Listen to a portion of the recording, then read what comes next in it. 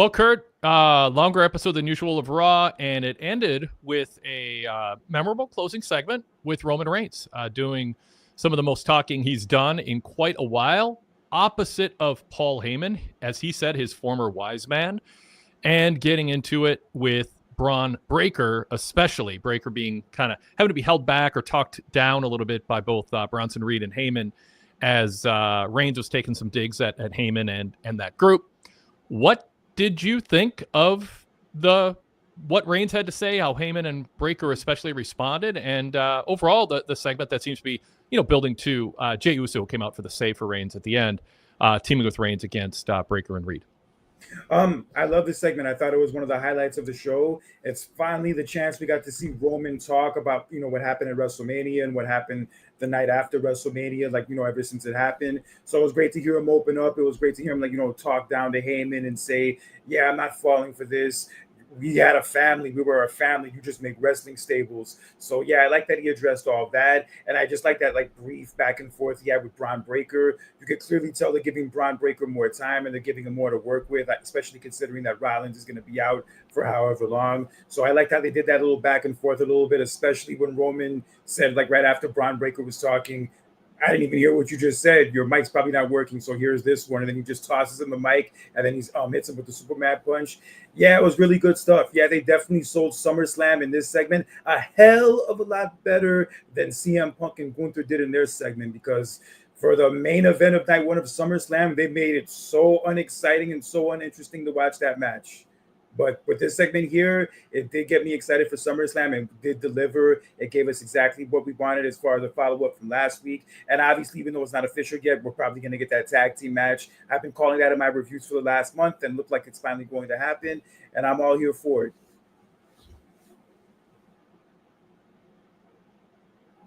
We'll get to Punk Gunther in the next segment because I definitely want to explore some of your comments there. Roman Reigns as a babyface was going to be, it was just, how's he going to do? He's been super kind of cool, low key, but a heel. And then opposite of, or with Heyman, there was sort of a vibe to them that wasn't, I got to stand alone in the ring and hold my own and speak opposite of a heel Heyman and a heel Breakker. And it's a role that he had for years as a standalone babyface. And one of the criticisms of him, and I love it is he didn't have that go-home promo that lead baby faces traditionally had, going back to the territory days, to sell people on that match. This was, I think, a big test for Roman. Now, obviously, he's super over. Crowd's chanting OTC, OTC. They're super into him. But he could lose them if he came across as uncomfortable or... I don't want to say if he started to pander or just got boring, speaking of perhaps CM Punk's promo earlier. So tell me what you thought, if you had any trepidation of how Reigns would do in a role, standing alone, having to carry the whole promo as a babyface, obviously having a lot to work with, standing opposite of Heyman and also Bron Breakker, the self-proclaimed and Heyman-proclaimed heir apparent to Reigns. Yeah, it's so crazy that Roman has, I guess, been somewhat of a babyface since last year's SummerSlam. And this is the first real time he's really cut a babyface promo on his own without Heyman or without anybody else or the Usos and whatnot. So as far as that goes, I think personally he delivered. I think he really came off believable, really came off likable, as you mentioned a few seconds ago. And I think if anybody had any doubts of whether or not he could cut a babyface promo, I think he put that to bed right here and there. I personally never had those doubts. Even though he's never really changed much about his character since, last year, I still kind of looked at him as a babyface anyway. But just here specifically, especially now with him not having Heyman anymore, I thought he definitely came off great. And it was clear that the crowd was into everything he was saying from start to finish, which also helped too. But yeah, just in general, yeah, he really killed it and knocked it out of the park in this promo. And I look forward to seeing him do more of these, although he probably won't be back for too long with his Street Fighter schedule coming up. But we'll see. Is there anything that Reigns or Heyman said that bothered you at all in terms of canon, consistency, feeling authentic about the dynamic and the journey that they've been on? You mentioned Reigns talked about what happened after WrestleMania. I like the line. Heyman framed it as me tucking my tail, but I just went back to groom the next, to help raise the next generation of the bloodline. But was there anything they left out or anything they said that didn't ring true or authentic to you, or did they just check the boxes and it worked? I think they checked the boxes, especially when Roman said, "You left me after everything we've done together. You left me to go hang out with your best friend who left for 10 years and was just coming back for himself." I would say like that part really stood out. But overall, like I said, everything in this segment I think delivered and everything really accomplished what it needed to. And yeah, I didn't feel like there was missing anything. I didn't feel like I was cheated out of anything, like the Io Sky and Stephanie McCoy match, which I knew you were pissed off about too. But in general, as far as this goes, I don't think that they missed out on anything, or that I feel like they should have mentioned something that they didn't mention. So yeah, me personally, I was satisfied. Yeah. So in the chat, Sadler version 3 says, "I wish Roman admitted that he was part of ruining the faction by being a scumbag like 99% of the time in his title reign, so it could humanize him more." Derek Mitchell responded to that saying, "Roman's not going to cop out saying it was a scumbag or it's his fault. The bloodline dissolved mainly because or it's his fault the bloodline dissolved mainly because of him." So is that an area where you kind of go, you know what? It's pro wrestling, and a lead babyface doesn't need to admit to that if he's super popular. That's kind of creative license to leave that out. What do you think? Yeah, he could have maybe mentioned something about that, but I guess they're still trying to keep that tweener aspect of him alive, so maybe he's not doing it just yet. Maybe he'll do it next week if him and Jey Uso have a segment together where they hash things out and whatnot. But just in general, like I said, I think he just came off as a great babyface this week, probably the best he's come off as a babyface in the last year since he's quote-unquote been one. And yeah, I just want to see what he looks like in the ring come SummerSlam time, especially considering that I'm going to be there for it. Mm-hmm. And yeah, I'm looking forward to that tag team match. Both nights? Both nights. Yep. It cost half of what the WrestleMania ticket would have cost, so I'm not mad. Yeah, nice. Darrell Freeman in the chat said, by the way, Roman mixed in a babyface promo into his OTC promo style. Right. Yeah, and I mean, he didn't compromise being cool, being kind of matter of fact. He didn't over speak. He kind of made his point. I mean, there is a Kevin Nash Diesel aspect to kind of the deep voice and the intimidation, but I think it flowed in a way where people look at that and go, yeah, that's.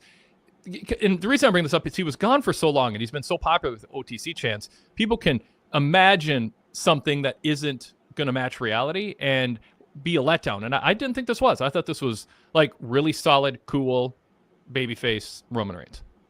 It was. Yep. Cool. Let's see what Derek added. I think Roman telling Heyman there wasn't something. Oh, that they were a factional wrestling group, but that they weren't just that, they were family, is true, with more bloodline members to come. So we shall see. All right, Kurt, let's pause. Let's introduce ourselves briefly here, and then we'll get back to the chat and other. And we can talk more about this segment too, including I want to get your thoughts on how Bron Breakker's doing specifically, and Bronson Reed being added to the group, and how it'll do without Seth Rollins. May or may not be storyline. WWE's kind of everyone is being whatever. Secretive, deceptive, whatever about that. So we'll cover that too. This is the Wade Keller Pro Wrestling Post Show for Monday, July 21st, 2025, covering tonight's episode of WWE Monday Night Raw. I'm Wade Keller, host of the show, editor, publisher, and founder of the Pro Wrestling Torch weekly newsletter, predating the internet, been covering wrestling for decades, and also the website, PWTorch.com, which features my written reports on Raw, Dynamite, and SmackDown, along with pay-per-views and PLEs. We have a ton of other writers and contributors, flashback articles, editorials. Check it out, PWTorch.com. Make it part of your daily reading. It's not just SEO headlines and clickbait. It's thoughtful articles with smart analysis and a wide range of opinions. There's not just a groupthink mentality. I'll say something on this show that I liked, and then one of our writers will point out something about it that they didn't like. So you get a variety of opinions, but well-written, and I think worth your time every day to see what is popping up there, along with breaking news, of course, and other features. That's PWTorch.com. I also host a variety of podcasts, including post shows live on our YouTube channel, the PW Torch YouTube channel. After Raw, Dynamite, and SmackDown on our YouTube channel, we also have an NXT post show Tuesday nights and Wrestling Night in America with our live post-PLE and pay-per-view shows, which will include SummerSlam coming up in a couple weeks. But we are here to talk tonight's Raw, and my co-host is Kurt Cadet. He is one of the aforementioned writers for PWTorch.com and a podcaster also on the VIP podcast lineup. Kurt, welcome back. Been too long. Good to have your voice here. Good to be here, yes. And it's been an interesting few months since the last time we spoke. SummerSlam is less than 2 weeks away. This will be my first time going to SummerSlam since 1997. And yeah, I'm really looking forward to being there, especially considering that I didn't get to go to WrestleMania this year. And yes, I do write weekly reviews for the feuds going on Monday Night Raw, which I'm going to be starting for this week tomorrow. And also, I host a podcast called Capture the Culture along with Christopher Adams, who you've seen on the show many times. And tomorrow, we're recording an episode about the summer movie season of 1998 and the SummerSlam from that very same year, which was the Highway to Hell. And yeah, I'm looking forward to doing that episode. Yeah, it's a very cool, creative concept, and we have many to come for you in the coming months. And yeah, I'm just happy to be here tonight to talk about Raw, the good, the bad, and the ugly. So let's get to it. Awesome. Thanks, Kurt. All right. PWTorch.com/GoVIP, by the way, is how you become a VIP member or just find out about it. That's PWTorch.com/GoVIP.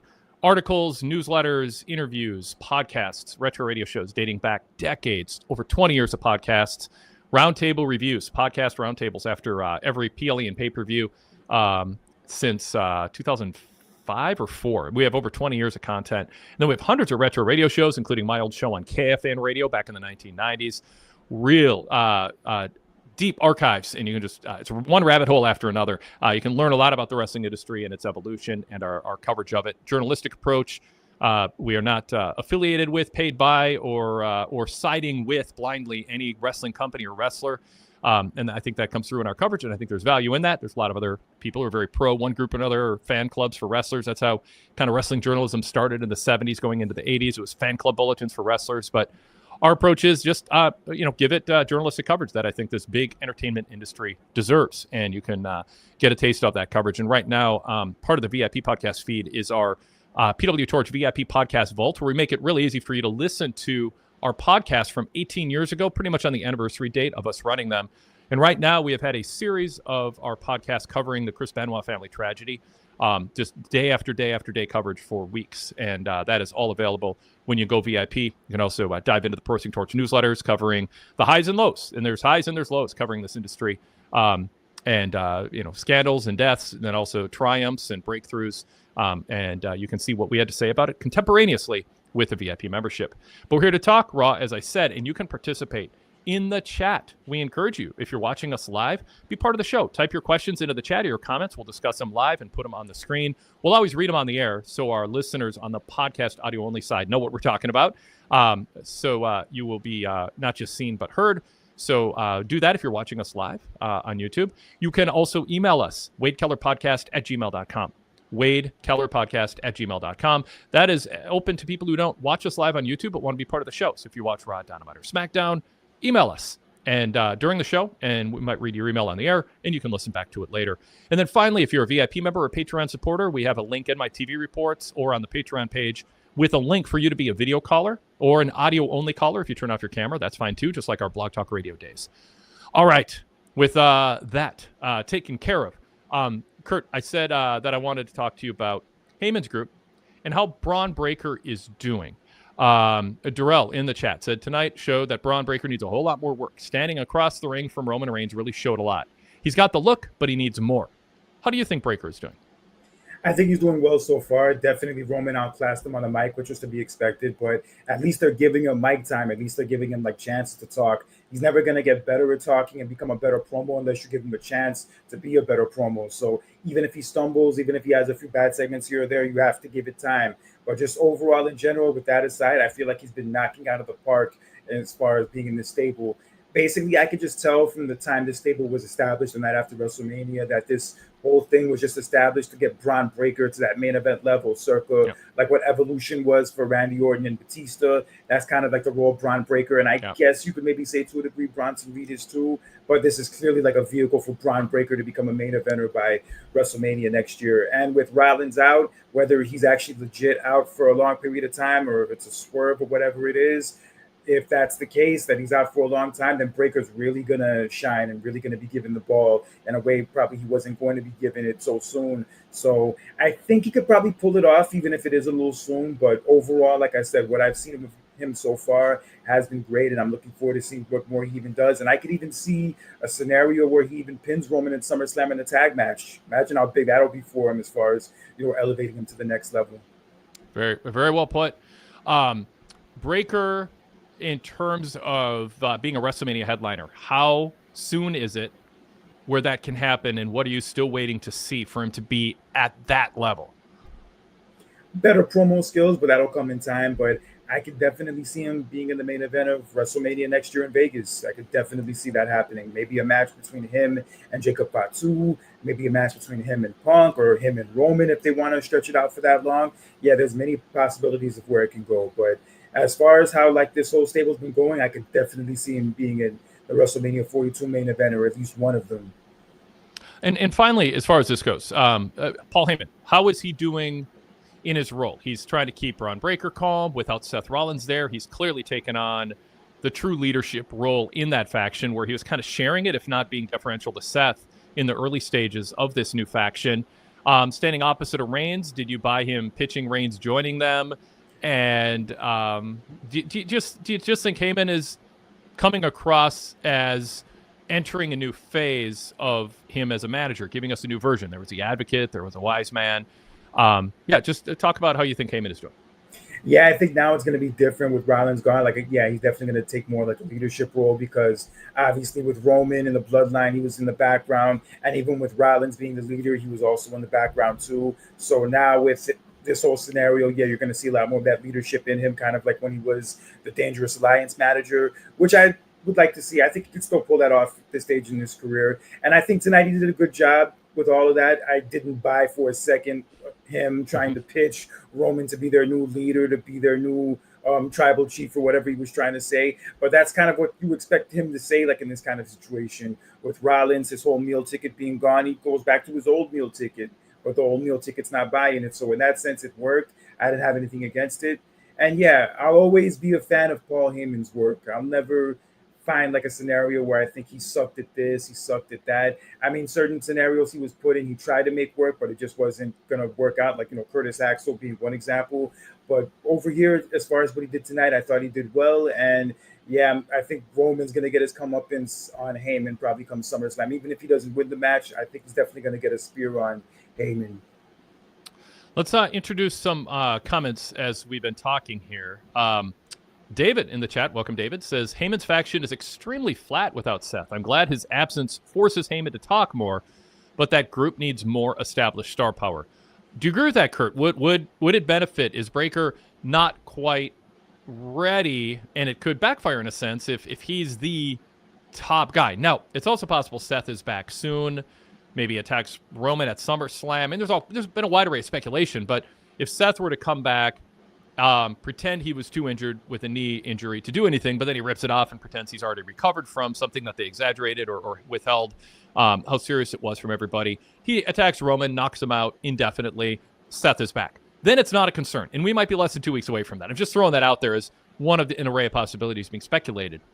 But if Seth is gone for longer, would it help to add a third person or a tag team or a woman to the group? And do you agree with the premise at all that it's flat without Seth, even though it's a good thing that Heyman gets to talk more? Well, it's too early to tell. It's only been a week. I mean, you can give it time to see if they maybe need another person. But I do think, regardless, it would be a good idea to add a woman to the group, that woman being Becky Lynch. I think that would definitely add a lot of interest to the group. It would spice it up a lot. Mm-hmm. And yeah, there's nothing wrong with adding women to anything. And with this group especially, Becky would fit in perfectly. She could be the mouthpiece. Yeah, like you talk about Bron Breakker not being a good mouthpiece, or Bronson Reed. Becky could be that perfect mouthpiece and kind of take over that Heyman role or that Rollins role. So yeah, if they're gonna add anybody to the group, I think they should add Becky. All right, another comment from the chat. Sadler version 3 said, I thought Bron was fine. I wasn't expecting some great promo tonight from him. Darrell says, I think he's maybe 2 to 3 years away from headlining a WrestleMania. Derek Mitchell added, Bron Breakker has stood in the ring with Undertaker in NXT, CM Punk and Roman on Raw. It'll take time for his character to develop, and he'll probably change a few times like most greats have. I thought it was convenient he could say that I am the new big dog in the yard, given the barking aspect of his character that plays off of Roman Reigns being the big dog. So, I think I think Breakker's on a good path, but I asked the question because I'm not convinced he's ready to come out of this as people looking at him going, yeah, he's the leader of the most dominant faction in WWE. I think he's a ways away from that. I don't know how far down, and I'm a little concerned that not having Seth there is going to, it's sort of like a backup quarterback rookie who's not quite ready to play yet. He still needs to watch the game, study the game, learn more. Maybe it's a little too much too soon, but maybe he'll step up and be fine. Like I said, it could be short term if Seth comes back quickly. I do think he's got a lot going for him, and he's a legit, smart, thoughtful student of the game behind the scenes, and really is hungry to to make this work, but and to live up to the push he's getting, I guess, is what people are saying about him. Yeah. Well, let's go ahead and shift to CM Punk. It was a fine, straightforward babyface promo. I'm not saying there was anything wrong with it, except it's freaking CM Punk, a guy with an edge, a chip on his shoulder. And he's out there just sort of, saying, isn't it great to be in Houston or what? My goals were this and this, and I achieved one of them, headlining WrestleMania. Asterisk, you maybe sort of did, but didn't. And now I want to become world champion. And I don't know, we made some reference to, people who took things personally, and he dealt with those distractions, and now he's ready to focus. I was like, I'm ready for Gunther to interrupt the promo. And shortly thereafter, Gunther did. I think Gunther's great. It wasn't a long promo from Gunther. But I think that him saying to be the best in the world, you have to hold this title. Quit calling yourself that. You're not. Is in my ego. I have an ego. You have an ego, but mine is based on results. I thought he had some good lines in there. And he said, I will maul you, I will push you around, I will choke you out, and I will drop you like a wet towel, and you will never be best in the world. But at least you'll have these degenerates cheering for you. There was no ambiguity about who the heel and face were here. Gunther was not being any tweener role or anything like that. Just tearing into Punk. Kurt, good and bad about Punk, if you have anything good to say, and good and bad about Gunther's response. I just didn't like that Punk didn't respond to Gunther after Gunther said all those things to him, because this is CM Punk. CM Punk is the king of trash talking, the king of throwing comebacks, pipe bombs, etc. And then Gunther says all that stuff to you about you not being the best in the world. He's going to embarrass you. He's going to bully you. And you just stand there and take it. And this is one of the main events of SummerSlam for the championship in a big stadium. And that's all you give us? That's all you give us to hype it up? Yeah, that was ridiculous. And for to only have 3 weeks of build for this match, they have no time to waste. And considering that they wasted tonight the way they did, that is a very, very bad indictment on this build. I think the match at the end of the day will still be good. It's Gunther versus CM Punk. I can't see it being bad by any stretch. But as far as what we saw tonight, especially from Punk, it's like, yo, do you guys really care about building this match? Do you guys really care about, promoting this as being a big deal like it should? Because, yeah, what we saw tonight, I did not feel like this was like a marquee match I need to go out of my way to watch, go out of my way to see, go out of my way to not, focus on anything else but that. Yeah, that's not what I got from here at all. And CM Punk just saying, I can't promise you I'm going to win, but I'm going to promise you I'm going to do the best I can and leave it all in the ring. It's like, yo, what happened to this guy? Has he been spending too much time with John Cena or something? Yeah, that was just weird on his part. Gunther was good, but yeah, just Punk, yeah, I did not get like the vibe where like I need to see this match. And when Punk came to AEW, I coined the nickname Happy Punk, and it wasn't what AEW fans wanted. They didn't want Happy Punk. They want the Punk who's got grievances and a chip on his shoulder, and he's upset at the world and all that, and it can get tiresome. But it worked for him in the WWF in WWE in his first run. But he does seem like someone who is either in search of that thing to talk about. And I mean, he had it with Drew McIntyre and Seth Rollins. I mean, obviously he delivered some, really strong promos. He got emasculated by John Cena, and I think that did some damage. By the way, I'll interject you. How do you think Punk's crowd reactions and again, this is, it's subjective. You're looking at him, there might be confirmation bias, but do you think there's anything about Punk that feels different in part because of what Cena said in that just emasculating promo before going to Saudi Arabia, or any other factor? Or do you think this is more just, it's not really anything specific, it's just he's older, he's really rich, he's part of this mega corporation, he wants to ride it out, make his money, and then go home and go to Blackhawks games and hope fans leave him alone? Is he sort of doesn't even care anymore beyond being putting in professional performances on the mic and in the ring? And I've never seen anything other than professionalism from him. So I'm not saying he's delivering less than that, but is he content not being a malcontent? And I know that sounds weird, but what do you think?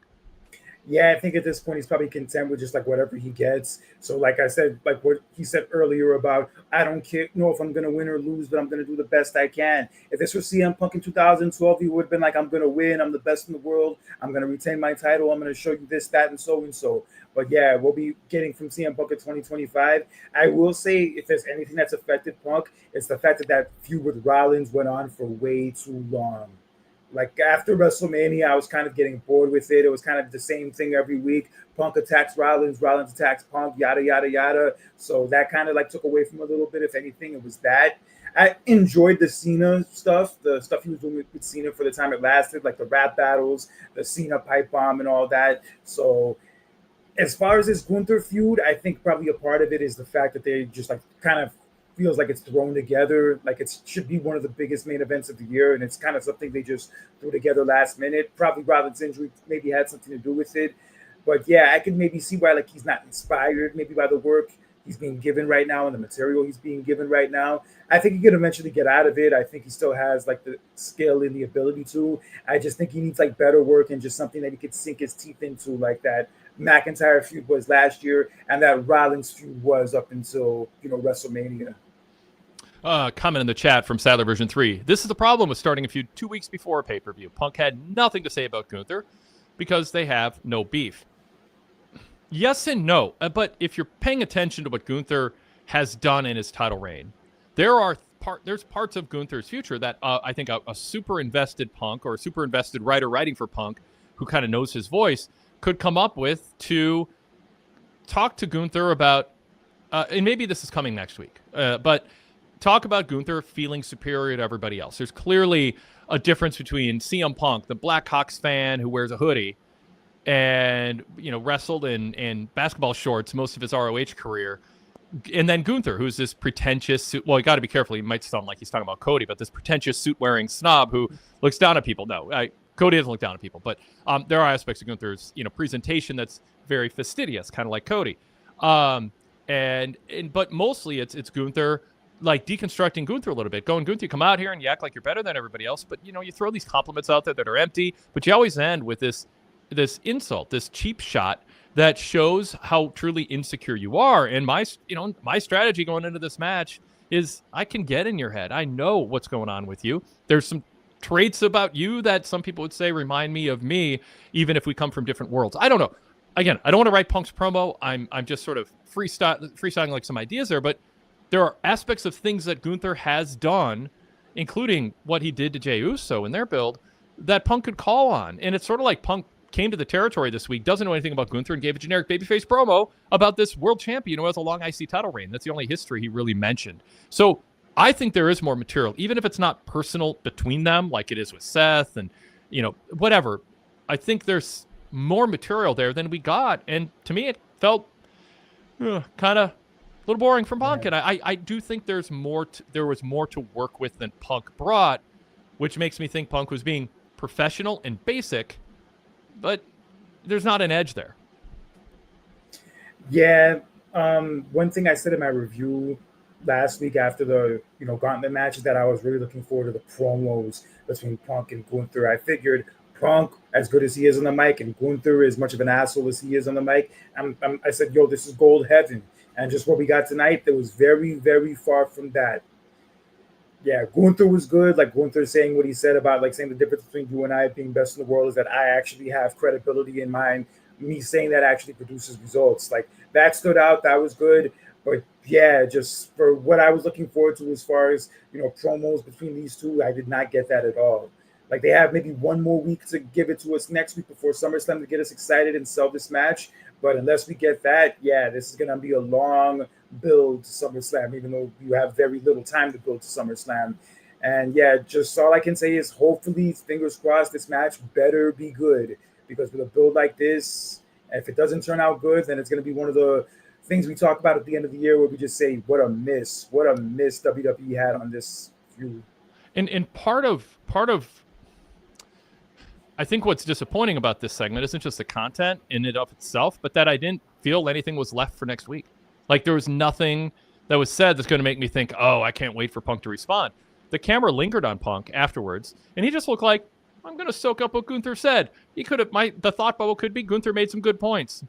That's about all. Like, I'm not anticipating next week. And I know Gunther has, shown ass as a heel at times. He's, said something, gone out of the ring, but he's not like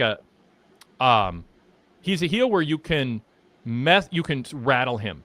And he carries himself like he's all together and nothing can shake him. And then you can say something that shakes him. And Punk didn't deliver that. And I mean, if you said 5 years ago, Punk's going to be back in WWE and standing opposite a world champion who's full of himself and looks down at people and he'll have no material for him that's specific and rattles him, I think people would be disappointed. Kavanti Smalls in the chat said, I'm afraid the Punk-Gunther feud needs about 2 to 3 more weeks to heat up. It's too bad next week is their go home segment. Ryan Solorio in the chat says, Punk's It's a Good Day to Be Alive in Name the City. That promo is basically his version of Cody's What Do You Want to Talk About? I agree with that. Durrell said they looked for CM Punk to lead this feud to get people to want to see this match, and he didn't do a good job today. They seemed to try to do a 2-part promo where he was the starter, but it didn't work. Derek Mitchell says, I've been saying this for a long time. Gunther's a classic old school champion like Harley Race, Story Funk Jr., or Nick Bockwinkel. No nonsense, straight to the point. Rivers LA says, I agree, but what would you do to make this feud about on 2 weeks' notice? I didn't mention that. I think Punk could have called out Gunther for very specific, arrogant, demeaning, snobbish things that he said and play up. They have 2 very different backgrounds, but also to play up the similarities. They both worked their way up, through sort of territories and I don't know. I think there's material to work with here. That they only had 2 weeks, which made tonight all the more important, Kurt. I mean, you only have 2 weeks, so you want to go into this going, oh man, I can't wait to see next week's promo or follow-up, and that wasn't there. Kavanti Smalls points to a potential problem here. The entire summer storytelling has been rushed and uninspired, largely because TKO is jam-packed to PLE every 2 weeks. SummerSlam is suffering because of it. No question, an earlier SummerSlam following a weekend with NXT and Saturday's main event and Evolution, which followed shortly another event, which followed another event. It's been rapid fire. And there is something in pro wrestling that I think the revenue maximized strategy makers in corporate don't understand is essential to pro wrestling, and that is leaving fans wanting more. Having a period that's sort of the calm before the storm, having a chance for things to build up. You have to have the material to make it worth that buildup. You can't have no material and spread it thin. That's not good. You don't want to go too long, but this is a really fast turnaround. And I mean, I think everyone would probably admit it'd be better for SummerSlam to be mid or late August right now. Kurt, your thoughts on that point? Yes, definitely. SummerSlam used to always be at the end of August. Like for me, like when I was a kid, like literally right before school would start. And like now it's in the beginning of August, like in the middle of the summer and all that. Yeah, they needed a lot more time to build for this SummerSlam this year. Squeezing Saturday night's main event and Evolution literally 3 weeks before and only having that amount of time to build to your second biggest show of the year that's going to be in a big stadium. That is a huge fumble on WWE's part. And yeah, this whole year just creatively has felt very off compared to 2023, 2024. We saw it with the build for WrestleMania, how that turned out. And hopefully SummerSlam turns out good despite, the little amount of time they have to build to it. But I have to say a lot of it does not feel special the way it should feel special. And yeah, they need to do something about like how much they schedule these shows like back to back. Because yeah, it just takes away so much from the main ones that matter most. And even Evolution, I even said it weeks ago, how poor of a job they did building that, how they basically rushed into that show together. I mean, thankfully, it was still a great show. Thankfully, everything worked out well. And I hope it does in this case also. But that still does not give WWE a pass for doing what they've been doing and not, giving these shows the proper build and proper like anticipation that they deserve. And they deserve to be called out for it. And Paris is 3 weeks after SummerSlam, and they're talking about it now. I mean, they're talking about so much at once. I mean, that lead up to NXT, but especially Saturday's main event and Evolution, even though Evolution was an all-women show and it was, pretty clear why it was a distinct show from SNME. It's still, there was a lot going on, and there was talk of SummerSlam, and I don't know. It's a lot, and it's a lot for the casual viewer to pick up, and I define casual as, the middle 70%. I mean, it's just whoever they are. I mean, they might not be following social media and listening to podcasts like this constantly. There's some, people at the bottom who are just in and out casually. Maybe some middle 50% is a casual fan. Then there's 25% who are less than that, just tune in irregularly, and then the super hardcore types who are listening to shows like this. But you can throw a lot at people, and they kind of just get a little bit overwhelmed, and and some of that's going on. But I mean, they're making a lot of money. The huge crowd in Houston tonight. I mean, this is not a company that is showing signs, enough signs of slowdown where if you're them, you're concerned. But learning from history, and I've been covering this industry a long time, the mistakes that lead to a down period come a year and a half before the down period. And so, you ride a wave of momentum from good decisions. And that's what's tricky. A lot of old school bookers and promoters and wrestlers will say the business is cyclical. And I always say it doesn't have to be. I mean, there's going to be, by definition, an ebb and flow. I mean, it's like weather. Some day it's 95, other days it's 85. I mean, there's going to be a little bit of an ebb and flow. But from a seasonal standpoint, you don't have to have a massive downturn if you're making good decisions and don't get cocky and don't overbook too many shows and don't start making decisions based on criteria that is out of touch with the fan base. And you can stretch out a boom period for a long time making good decisions, and you can shorten a boom period with bad decisions. And, right now, I mean, we haven't gotten into the big picture, but a lot of interference in matches tonight, too. And that is a continuation, with distractions, run-ins, people on the ring apron, the bell ringing. Oh, there's no rules in this match, or there are rules and we're DQing you. Finishes are nice. People get invested in matches because they want to think the match matters. And it's not just a showcase of moves for people to say, this is awesome during a high spot. You want there to be ramifications of it. And that's the issue. That's the area, kind of big picture broadly, that I think they're pushing it. Kurt, I was going to move on to some chat comments about Punk, but I just kind of gave a little mini commentary there. Where are you on that topic? How is WWE doing in terms of, do you watch them and go, you know what, they're making some mistakes they're going to pay for later? Or do you think, no, I think they're in a pretty good spot. Little tweaks here and there would be good, but I don't see them making grave errors that they're going to pay for sure. When you said that a few seconds ago about how the mistakes the company makes, they're going to end up seeing them later on, that reminded me exactly of WCW in 1998, where even though they were still hot, even though business was still good, you could definitely tell, especially when you go back and watch it now, the cracks were starting to show, and the mistakes and the dumb moves on their part were starting to show. And then by 99 it was bad, and in 2000 it was just so embarrassing it made you want to binge drink. But as far as WWE goes right now, I sincerely hope they bounce back from this. I'm just hoping this is more like 1999 WWE, where the next year we get 2000 WWE and it's the best it's ever been.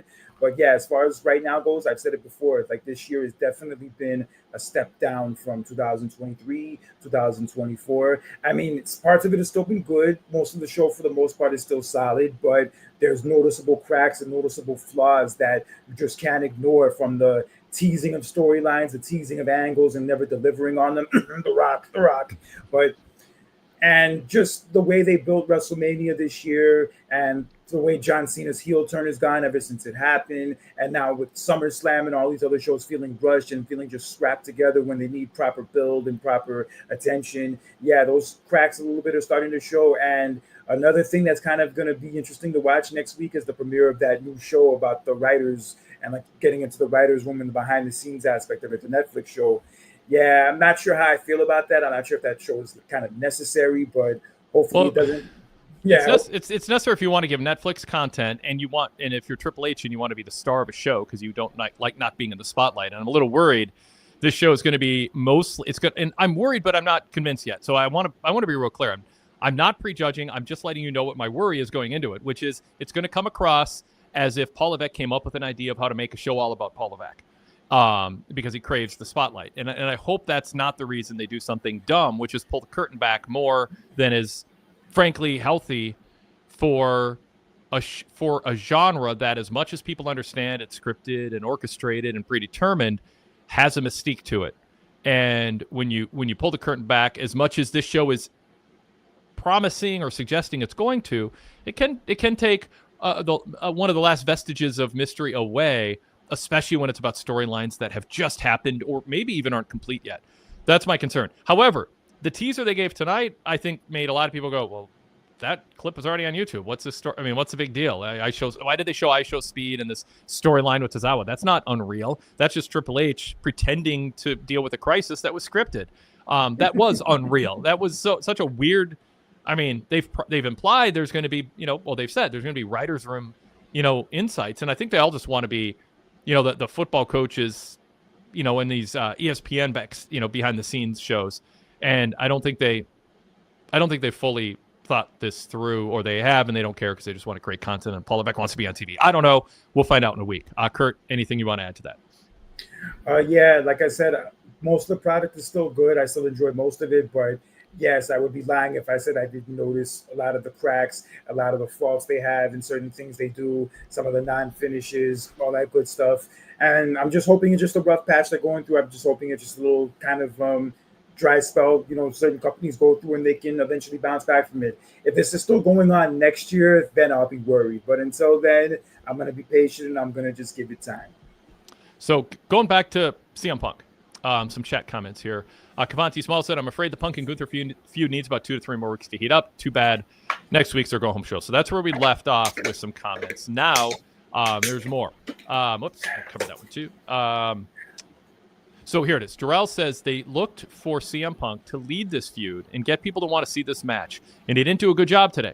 They seemed to try to do a 2-part promo where this was a starter, but it didn't work. There was a comment in response to that I wanted to get in. I'll get to... Oh, yeah, here it is. Darrell added to it. They should have let Gunther come out first and cut his promo, and then have Punk come out second and respond, but they seemed to need him to take the lead. What do you think of Darrell's idea that the promo would have been better structurally to have Gunther out there first, have Punk interrupt, but maybe they just wanted, from a viewership ratings, full ring entrance pop standpoint, they wanted Punk out there first? I think it would have worked a lot better if Gunther just came out first. If anything, they could have just moved that segment to the middle of the show or something. But yeah, Gunther coming out first and then Punk coming out after to interrupt him, and then they go back and forth. That would have been a lot better than just Punk coming out. I know it's Punk. I know he's a big star. I know the crowd loved him. They gave him a great reaction tonight. But yeah, just what he came out and did in those first 2 minutes, it's like, yo, I've seen this 1,000 times. This is nothing to write home about. He's placating to the crowd, saying it feels good to be in Houston, which I'm sure it does. But yeah, this is nothing to really get me excited about the second biggest match on SummerSlam. And yeah, that idea that the person in the chat came up with would have been a way better way to go than what we got here. Definitely. Derek Mitchell said there's a 9-year age difference with Punk 46 and Gunther 37, but Gunther looks unfazed and can stand across the ring from anyone, new star or veteran star. Darrell says this was Punk's first time in WWE having to build a regular match with a good opponent with no off-the-field issues lined up in it. This will show where Punk's drive is right now. It's interesting. What do you feel about that, Kurt? That this is the first one that doesn't have the benefit of kind of the CM Punk specialty, which is there's a behind-the-scenes grievance that I have that's going to drive my comments, that's going to make me seem like I'm breaking the fourth wall, which is going to make what I say more compelling. Yeah, that's very true, because he had those personal issues with McIntyre. He had those very personal issues with Seth Rollins. And yeah, with Gunther, there's nothing really there between them. They had a house show match, I think, last December in Chicago during the holiday tour and whatnot. That's the only history they have at all since they've both been in the company. So yeah, there's not much to build off of there. And yeah, Punk's definitely going to have his hands full to really sell this match, especially from what we saw tonight. He definitely needs to be more focused on that next week. They need to do something big, something major next week between the two of them to sell this match, because if they don't, it's clear that they did not think this through, and this was definitely something that they had no idea where they were going with.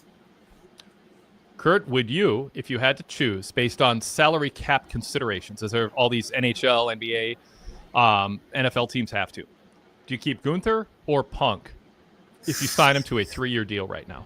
Ooh, that's a good question. Let's say their deals are both up and top management goes, we got to make some cutbacks.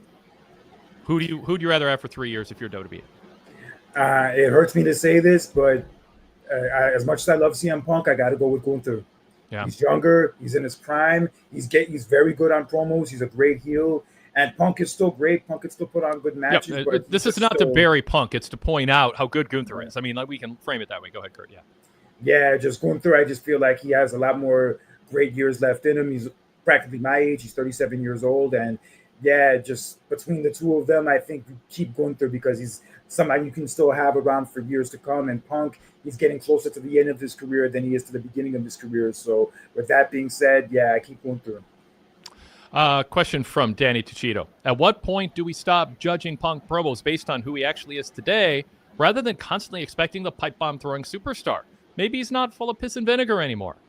Well, clearly he's not, or he's on his best behavior because he is and can't show it, because that would prove the Bucks and Tony Khan were right all along about him. So whatever is going on, either he isn't full of piss and vinegar, legit, and he's just in a different place, and so this is what you get, and it's less compelling. But I mean, he's still a good, serviceable, professional, likable, confident on the microphone, good in the ring, roster member. But yeah, I mean, is there something unfair about trying to compare him to this, just this venomously frustrated and disgruntled wrestler who is fighting for a cause against the McMahon Corporation? I mean, I think you should be judged for what you're doing, and if what you're doing is a little yawn-inducing on its own, not relative to inflated expectations that are unrealistic and past their freshness state, I mean, those are two different situations. What do you think? Are you judging him based on your disappointment and what you hoped for, based on his past, or simply who he is today, regardless of his past, Kurt?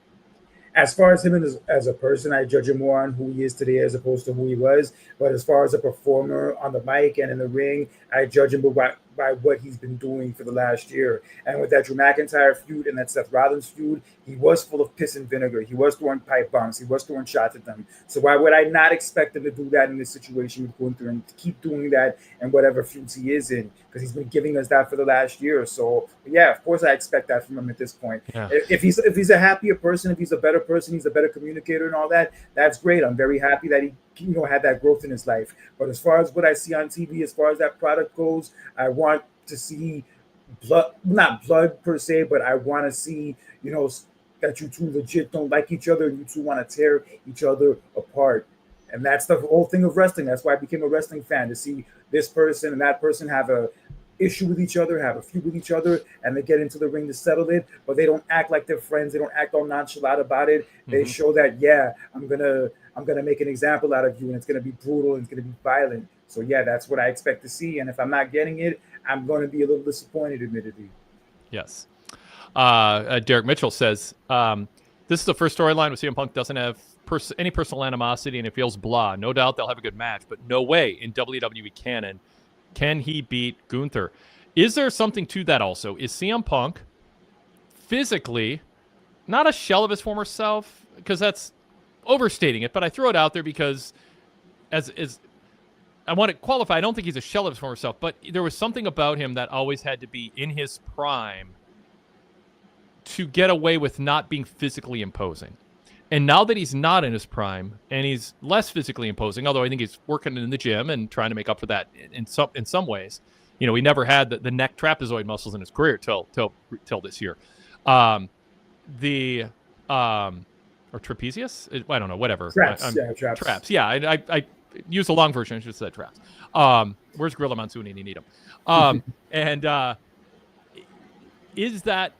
Did he get away with not being physically imposing? Then he goes to UFC and doesn't do well. I mean, he got to, a celebrity free pass to pay-per-view matches and hype without putting in the time, on the indie circuit. He certainly got the leap ahead in line to get a push, and obviously it wasn't a successful run, but I think he should be proud that he tried it. I mean, I don't think doing it should not have been seen as not worth it if he didn't succeed. It's just something he wanted to try, and he cashed in as celebrity to do it.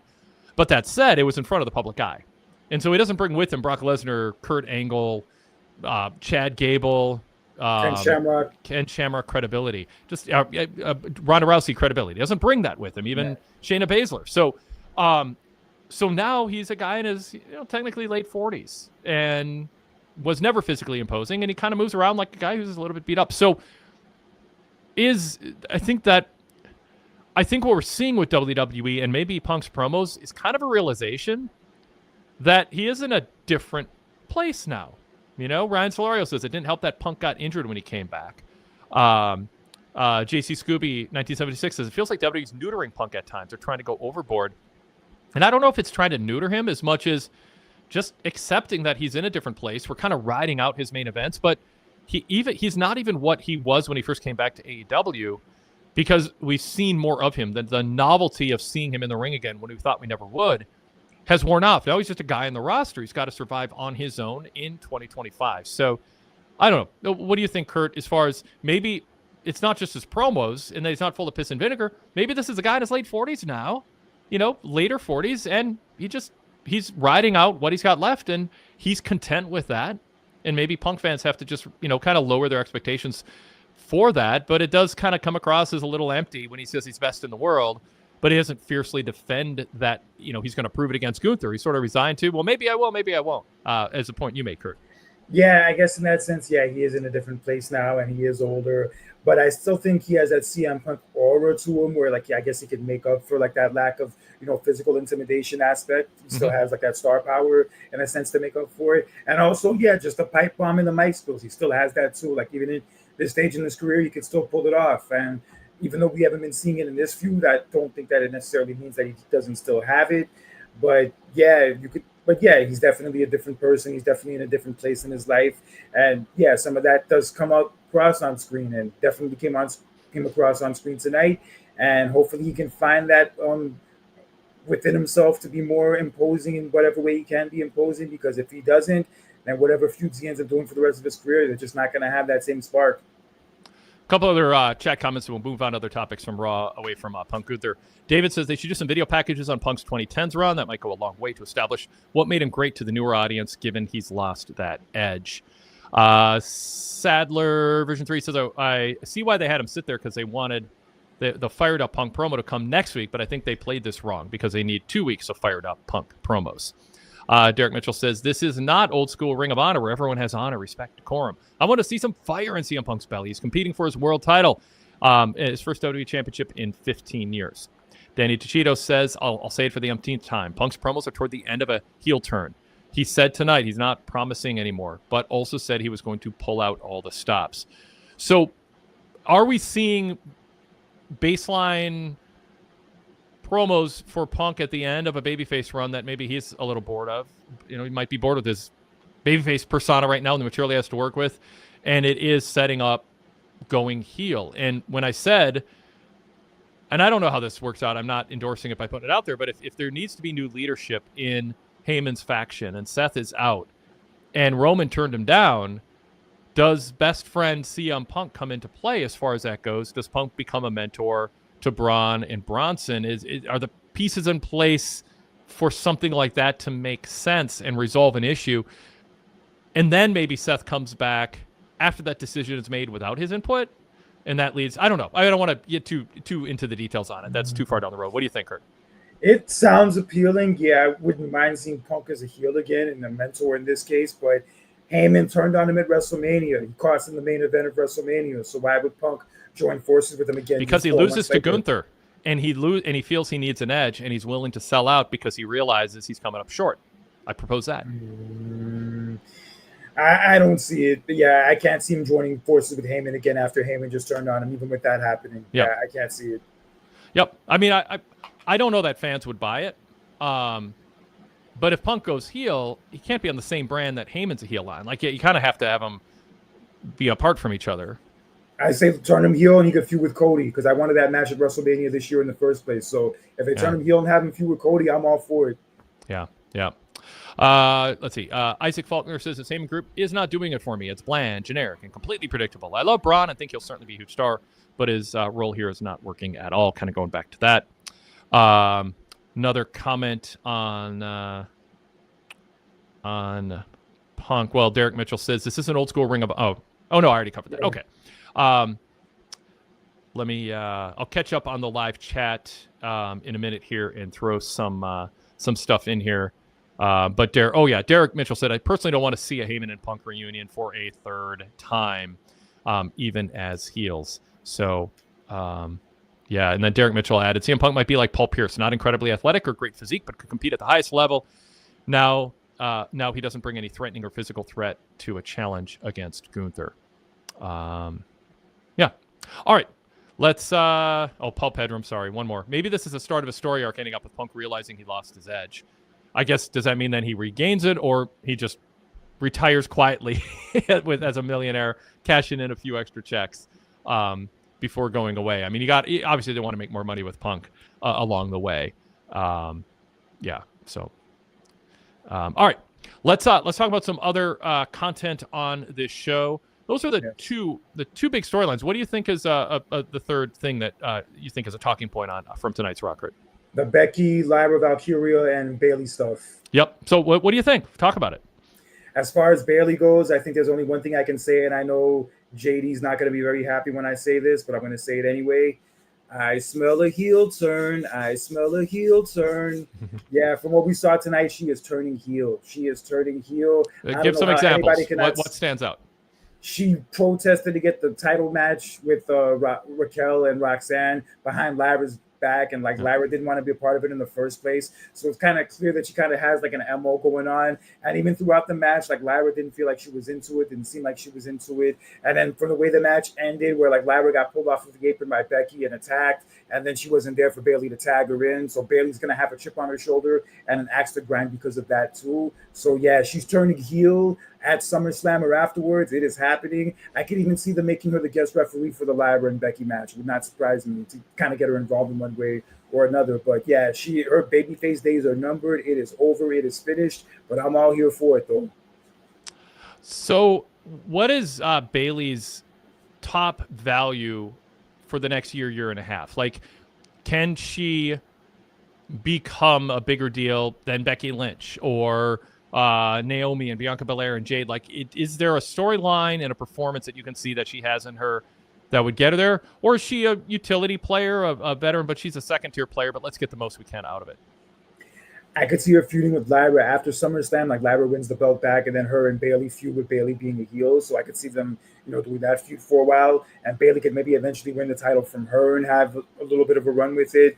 But other than that, yeah, there's not really much else I could see her doing, especially as a babyface.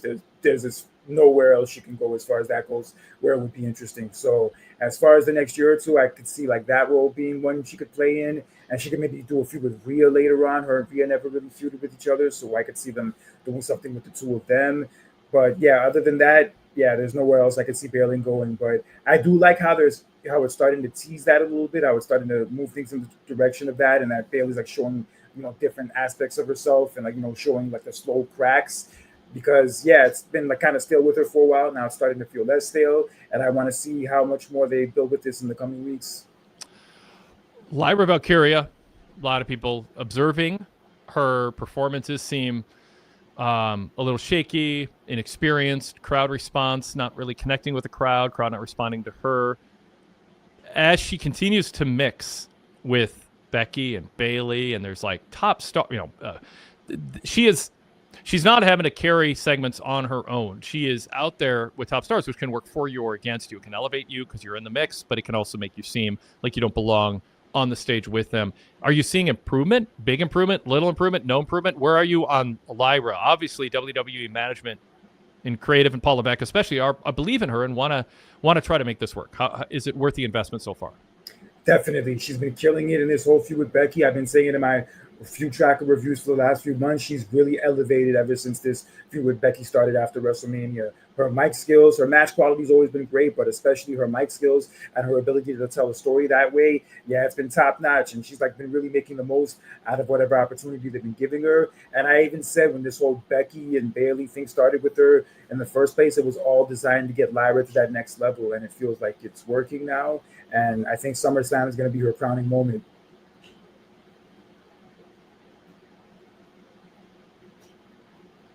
How are you feeling about Becky and how she's working hard to get booed? I think there's clever lines like, I don't want to be here in Houston. I wish I was at the movie premiere. I mean, acting like a big shot, exaggerating, saying people say that my win was the slickest ever.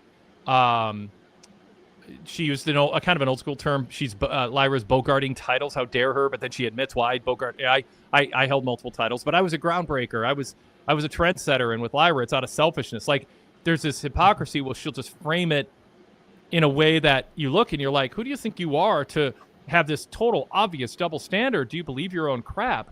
I think she's putting some work into this, and then the offer of the handshake, and then obviously not being sincere.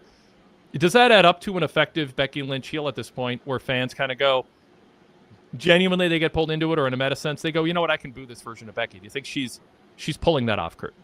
I think she's pulling it off well, especially last week when she came out in the yellow and red, like her, as a reference to Becky Hogan and all that. Yeah, I think she's been doing great heel work in this whole run.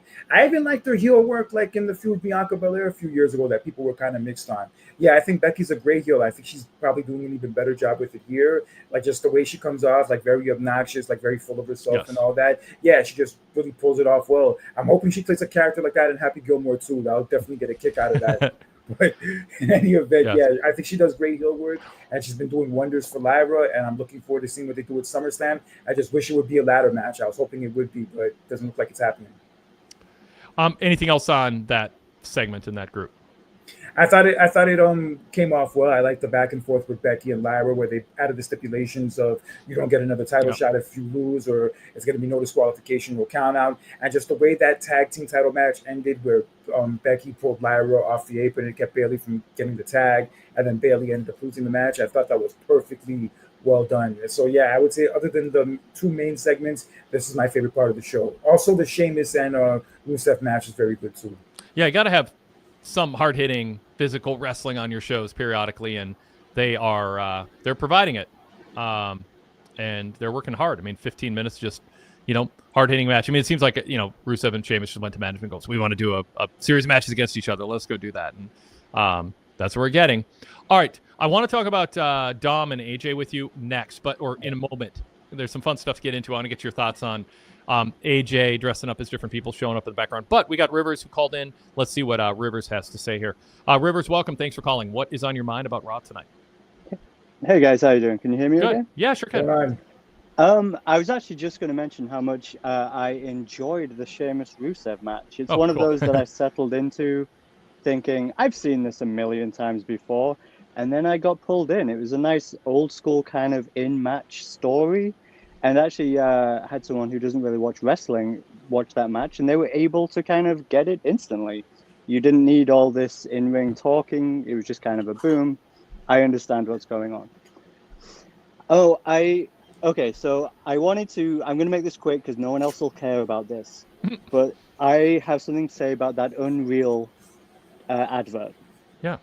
And that I think it is indicative of a huge problem that WWE are facing right now. I think there is two camps. This is with no proof, I believe this. There is two camps in WWE. One camp wants to expand the world, and they're doing things like, the fights that are caught by fans on phone cameras and things like that. It's called kind of world building. And then there's another camp which wants to open up the world or tear down the inner world. And I think how that ad happened is someone said, we need to advertise this show. Someone said, well, we can't do that because, we can't show script writers on a show, which is kind of kayfabe. So they ended up with the worst of both worlds, which was a real advert for a show that's real using fake footage in the middle of a fake show. And I think it's that kind of meta confusion which will ultimately be the cause of the downturn of WWE. I think when they were really hot, it was because people were believing in Cody. They weren't kind of undercutting him. They were just, he's a good guy, cheer him. He's against bad guys, boo him. Then the Rock thing happened, and then they've started just making it way more complicated than necessary. And I think that advert is that complication, that kind of messy kind of delivery that I think is affecting the whole company as a whole. Like, I know not many people care about that. I just thought don't discount that. If you have a point you care about, don't assume people don't care. I care what you just said. I think that's compelling. I think that's interesting. I think there is a tug and a pull going on, Rivers, in terms of how to present the business. I think there's a lot of people who think WWE is popular, and there's an ad leading into Raw tonight, an in-house ad that's like, Raw's all about pop culture. Who's going to show up next? What's going to trend next?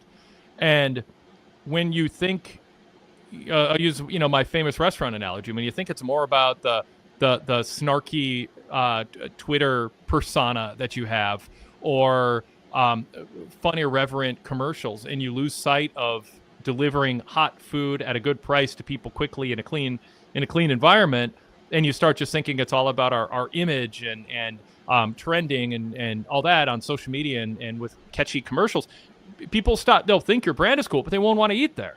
And for WWE, like, yeah, the celebrities can add something. They add to they give WWE a feeling of acceptance and being embraced and being part of this exciting pop culture, social media trending this, trending that world. But at some point, you still have to appeal to wrestling fans, and you don't want to lose sight of the fact that, and I mean, Chris Adams wrote about it in his column on PWTorch.com today, reviewing SmackDown in his Hits and Misses column. He doesn't want to see Jelly Roll. I think Jelly Roll was good. I think he was a good celebrity. I think he played his role in a way where it felt like he kind of got the tone to take. I think he's on the better end of that, and he seems like decent. But so I was complimentary of him on Friday, but Chris was like, I don't want to see him. The celebrity stuff, it diminishes that kind of that immersive, believable experience. He's not going to. Logan Paul is an athlete, and I believe him, as a bit of an interloper, carpetbagger, whatever, celebrity.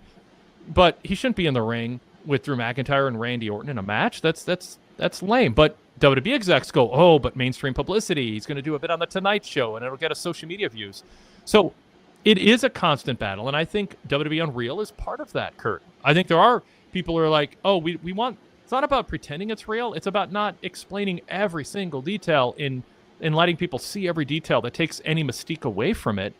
I mean, there's wrestlers who still don't want to ever go into detail about how a match is worked, like the little details of how it's planned and the structure of a match and the psychology of it. There's still a mystique to how they kind of tell their story, and you'd still see, even in this day and age, wrestlers hesitant to get into that. I think there is some unease, Kurt, in pulling the curtain back and going to the writing room and making it seem like the wrestlers don't have agency. One of the big parts about wrestling being people wanting to pay to see wrestlers is similar to rock stars. And you don't want to think a rock star who you think is really cool, plays good music, has great charisma.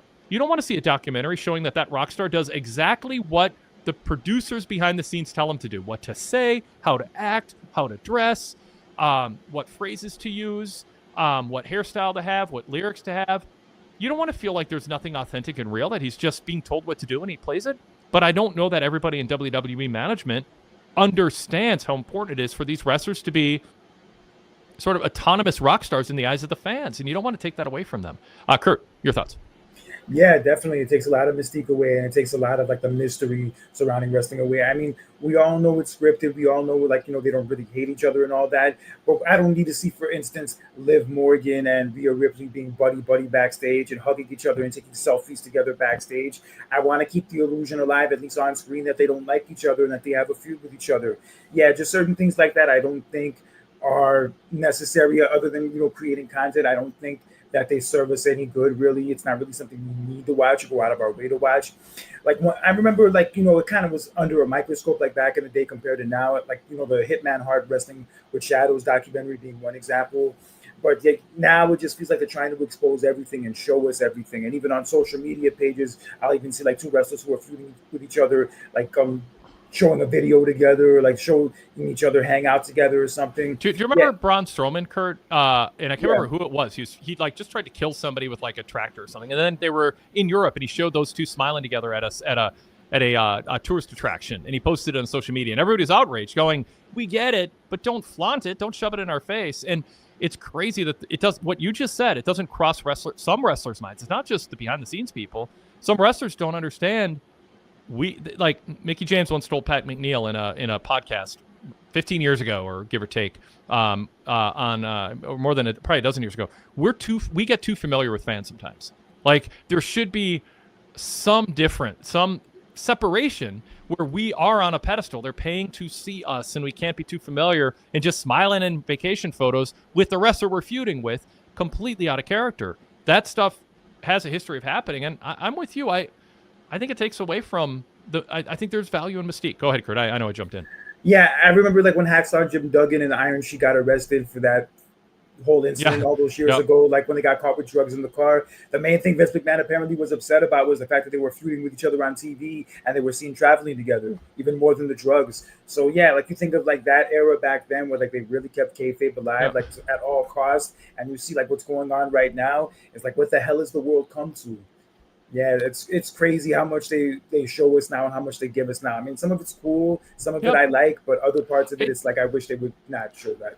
And here's the thing. I think it's cool and fun, too. I mean, and by the way, it was Roman Reigns. Bron was trying to kill Roman Reigns, and then he posted a photo. Oh, okay. Yes. So it's not that it's not fun. I'm not telling people that they can't think, this is cool. I like this window into behind the scenes. My argument is not that it's not entertaining or fun or won't get clicks or isn't. My point is it's bad for business. And I think ultimately pro wrestling fans don't always know what's best for them. You know, it's like kids and candy. I mean, like, it tastes good and you can just devour it, but you're going to have a stomachache later and you're not going to get the nutrition you need if you're just devouring cupcakes and candy and soda pop. So part of what WWE does and wrestlers do when they give all this away is it's just this like little sugar rush of, I want to get likes and I want to show I'm not old school, so I'm going to be so super new school and be totally transparent. But there's some value in a little mystique. You know, Undertaker held on to that and clutched it until, you know, well past his last match. And then I'm fine with it, you know. But I think while it's happening, have a little mystique. But again, Rivers, back to you. I don't know if I just don't know what Unreal's going to be yet. You know, I don't know the totality of it. So I'm not going to judge. I don't want to do.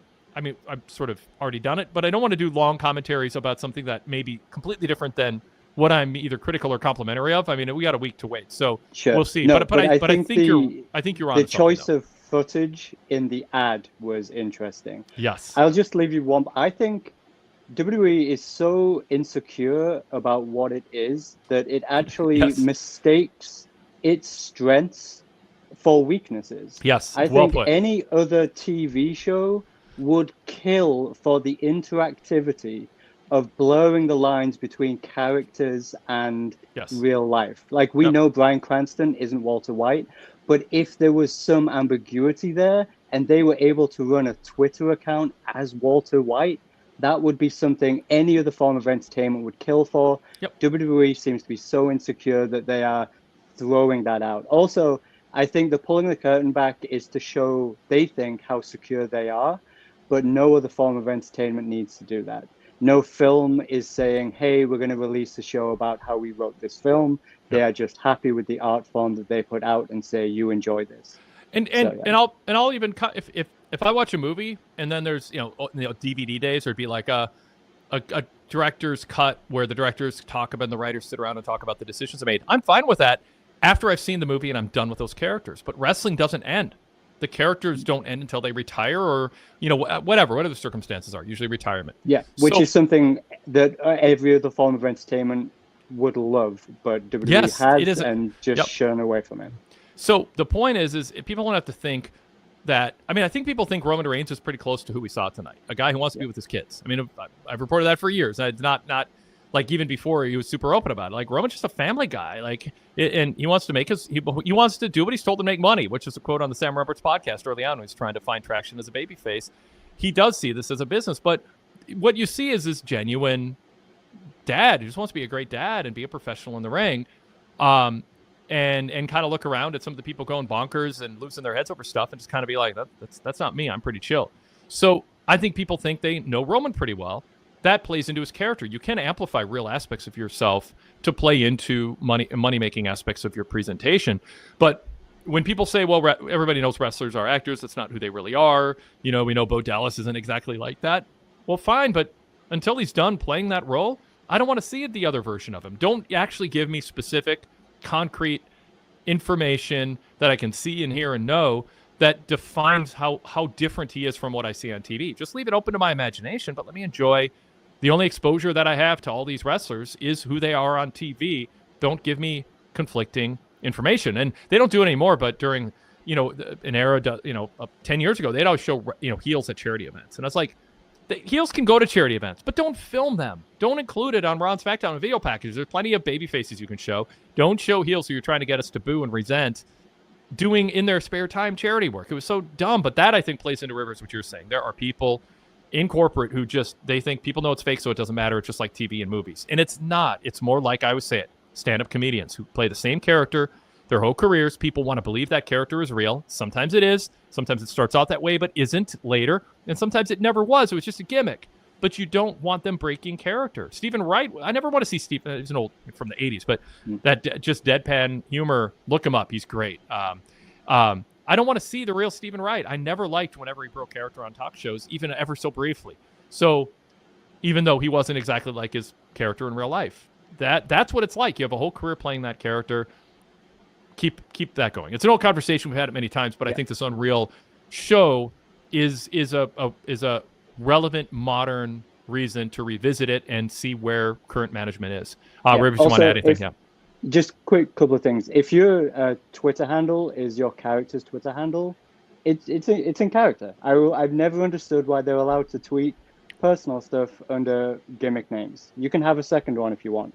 But two quick things. One, Roman Reigns, when he was doing his promo at the end, I was thinking to myself, is he good on the mic or is he just really handsome? And I came to the conclusion he's actually just really handsome. But that's fine because he is. So that's part of what he is. Yeah. Yeah, the other thing was I'm looking forward to SummerSlam. I always enjoy SummerSlam. It's near my birthday usually. I don't know how they're going to stretch out this card so far over 2 nights. I wonder if they're regretting it being 2 nights. Well, apart from the money. Well, we don't know the full lineup yet, Kurt, but what do you think of what we're seeing?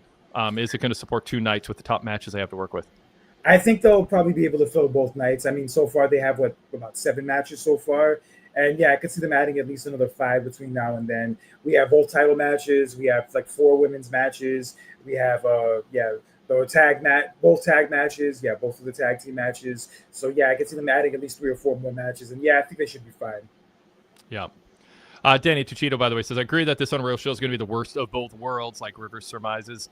It'll be disappointing to both the hardcore fan and the casual fan for opposite reason. Derek Mitchell points out 2 of the biggest photos that came out the last couple of years were Raw rehearsals around the ring with Wyatt Six after their debut with no masks backstage. Completely counterproductive and unnecessary to undercut that gimmick by just overtly showing that. Ryan Solorio goes, hey, the group photo during Evolution too. Yeah. I mean, it's okay to not put all that out there. Cool. Rivers, anything else? I made fun of Stephanie's Places last week. I want to correct myself. That is not the name of her podcast. That is another thing she's doing. Yeah, it's easy. I don't even know the name of her podcast, but yeah, just want to correct myself. All right. Thanks. See you guys. Thanks, Rivers. Take care. Correction noted. Okay. Said I wanted to talk about Dominic and AJ Styles. So I thought when Dominic got hurt at ringside, when Raquel hit him, it was funny. The kick came up short, and she kind of had to lean into it. And I think it was meant to look like an accident, but it actually worked better this way because it almost was like, well, I stopped short, but maybe it'd be better if I hit him because he can claim he's too injured to fight AJ at SummerSlam. And I thought that was going to be the storyline, and they were going to milk it. And they, I mean, now I'm really going too far here, but they could even go, well, let's review they don't want to do this. They shouldn't do this. So I don't know why I'm saying it, but they could review the footage and go, that boot didn't hit you, Dom. You're lying. You didn't get hit. You just were pretending you got hit. It didn't even hit you. You just dropped to the mat like it hit, but that hits too close to home about bumps on moves that show light. But I thought Dom was going to play up. Yeah, I was fine, but now I'm re-injured. And instead he just, hits AJ with the IC belt and we're back on for a match. So I don't know. I don't think I like that. I don't think Dom should be trying to get out of it all along. The medic comes out, goes, we're not sure. We haven't made a conclusion yet. And then Dom seals his own fate that the match is on by hitting AJ with the belt. I would rather have the medic come out and go, yeah, he's fine. He's cleared. And then have him use the belt because then he has incentive to. I didn't like the hedging or the unsureness by the medic. So I thought that was a flaw. Also, to me, the AJ stuff, and there's some praise in the chat over this, it's funny, but it's cute, but it feels a little too cute. Like it does. I don't know. It didn't land great with me. AJ just happening to be in all these places. Like what are the odds? And I also thought it was contrived. Now I'm gonna, get someone to park my car, and then it's like AJ's there ready to do it. Well, what if Dom hadn't said that? I guess we're to believe that's what he says every week, but we've never seen him say it before. We don't hear about valets when wrestlers arrive, except when someone's dressed as a valet to taunt Dom. So. What do you think, Kurt?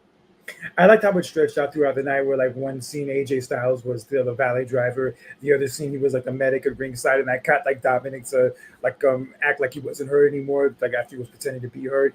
But I do agree the payoff should have been a little better where like he got exposed for something or where like he got like tricked into finally admitting he was hurt, then he would have to do the match. But just him attacking AJ from behind and then saying, "Oh, I'm cleared. I'll see you with SummerSlam." That kind of felt like an anticlimactic payoff to like how they were stretching it throughout the night. I mean, we knew this match was going to happen anyway, so it is what it is. But I do like at least how they tried to stretch it out throughout the night, even though the outcome of it could have been a little bit better.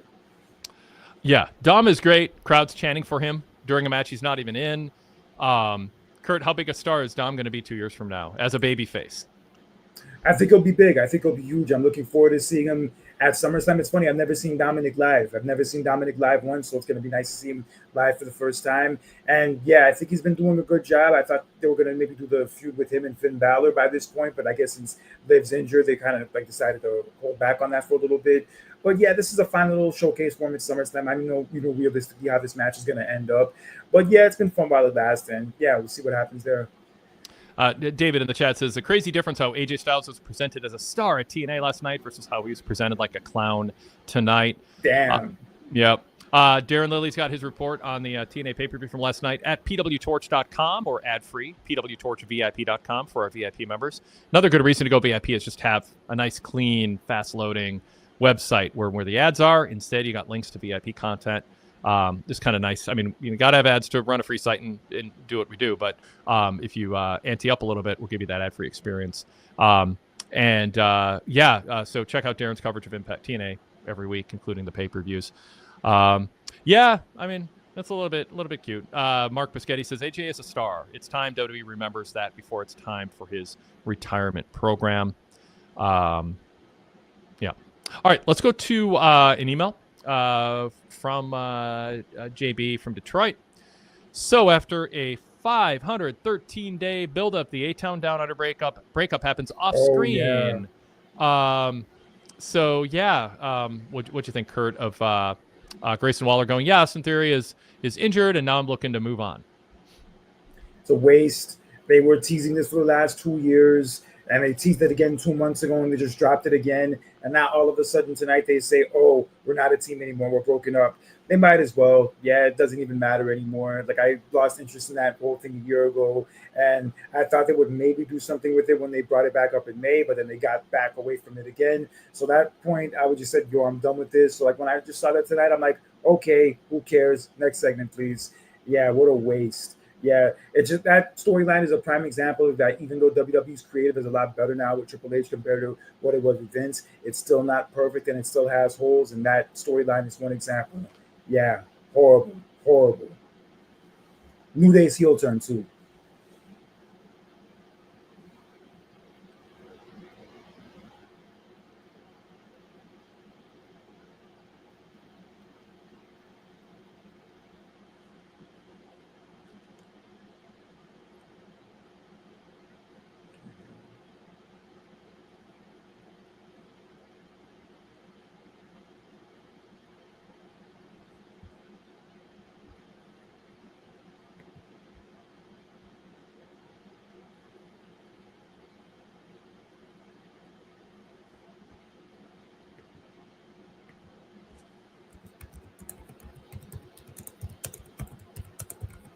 Kurt, anything from those rapid fire?